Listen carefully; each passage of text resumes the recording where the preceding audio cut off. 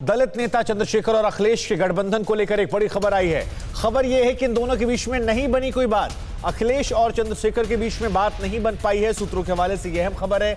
बताया जा रहा है अंदर खाने से कि चंद्रशेखर रावण ने 8 से 10 सीटों की मांग की थी और अखिलेश इन सीटों पर सहमत नहीं थे। समाजवादी पार्टी ने उन्हें 3 सीटों और 1 एमएलसी का ऑफर दिया था जो चंद्रशेखर रावण को मंजूर नहीं था और इन 3 सीटों पर भी 2 समाजवादी पार्टी के सिंबल पर चुनाव लड़ने की बात कही गई थी।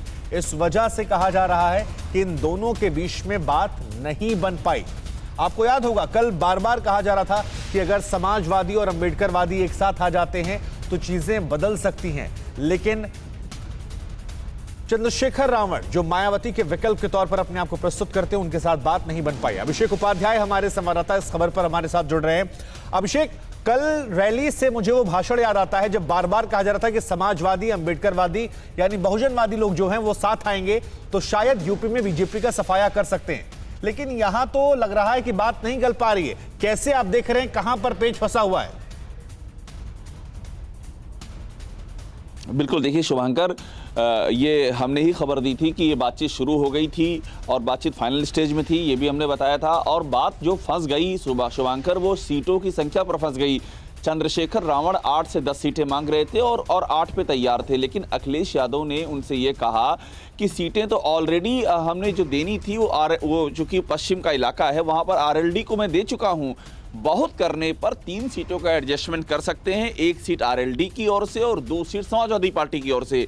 और ये भी था कि समाजवादी पार्टी से दो सीटें दी जाएंगी, उसमें सिंबल साइकिल यानी कि समाजवादी पार्टी का सिंबल साइकिल होगा और 1 एमएलसी का ऑफर चंद्रशेखर के लिए होगा, रावण के लिए होगा कि उनको एमएलसी बना दिया जाएगा। लेकिन रावण तैयार नहीं हुए। उनका ये मानना है कि वो बहुत ही जनाधार वाले नेता हैं और ये उनका अपमान है इतनी कम सीटें उनको मिलना। तो फिलहाल ये बात नहीं बन पाई है और कुछ ही देर में चंद्रशेखर, हमारी जानकारी है, चंद्रशेखर इसका ऐलान भी करने जा रहे हैं। तो अभिषेक, जब बात परसेप्शन को लेकर ज्यादा हो गई है, बीजेपी के खिलाफ आप एक परसेप्शन बना रहे थे कि देखिए दलित विरोधी है, जितने नेताओं ने इस्तीफा दिया सबने कमोबेश वही रटी रटाई बातें एक साथ लिखी, एक तरह से एक पूरा कैंपेन चल रहा था। क्या इस कैंपेन को जो अखिलेश यादव चला रहे थे, अगर रावण उसमें नहीं आते और ये सारी बातें रावण आकर मीडिया से कहते हैं, तो क्या कैंपेन को झटका नहीं लग रहा कम से कम इससे?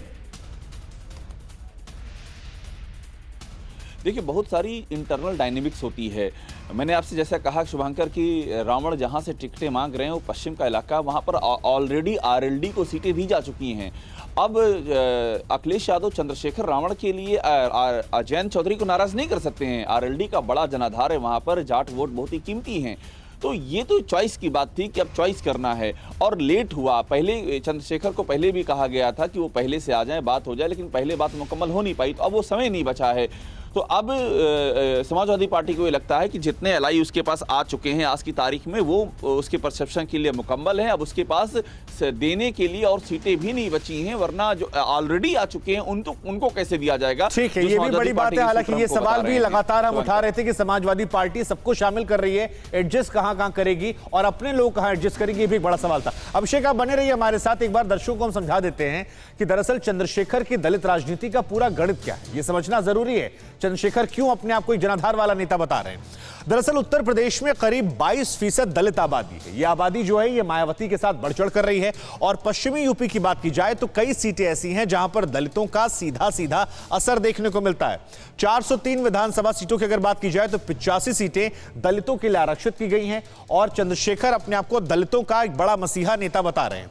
यूपी की आरक्षित सीटों पर बीएसपी का अच्छा खासा जनाधार है और यह माना जाता है कि मायावती उनकी बड़ी और पहली चॉइस की नेता है। लेकिन पिछले 2 चुनावों की अगर आप बात करेंगे तो आरक्षित सीटों पर भी मायावती को बड़ा नुकसान हुआ है। चंद्रशेखर युवा हैं, सहारनपुर से आते हैं और इन्हीं सीटों पर पश्चिमी यूपी के सहारनपुर से आने वाले चंद्रशेखर की नजर और ये मानते हैं कि यहां पर जो दलित वोटर है, खासतौर पर जो युवा दलित वोटर है, वो उनकी तरफ आशा की निगाहों से देख रहा है, ऐसा इनका मानना है। इसी वजह से अखिलेश यादव से जो सीटों की बात चल रही है, जैसा कि अभिषेक भी कह रहे थे कि उनका अपमान उन्हें नजर लग रहा था कि आप 2-3 सीटें दे रहे हैं, वो भी कह रहे हैं हमारे सिंबल पर लड़िए। इन क्षेत्रों में खासतौर पर दलित युवाओं की, जैसा कि हम आपको बता रहे थे कि चंद्रशेखर की अच्छी खासी पैठ है, खास तौर पर सहारनपुर की अगर आप बात करेंगे तो वहां पर यह माना जाता है। अब चंद्रशेखर ने कहा है कि बीजेपी को हराने के लिए वो किसी भी दल से गठबंधन कर सकते हैं। यह बड़ी बात यहां पर निकलकर सामने आ रही है। परवाह देश की, सोमवार से शुक्रवार रात 10 बजे TV9 भारतवर्ष पर।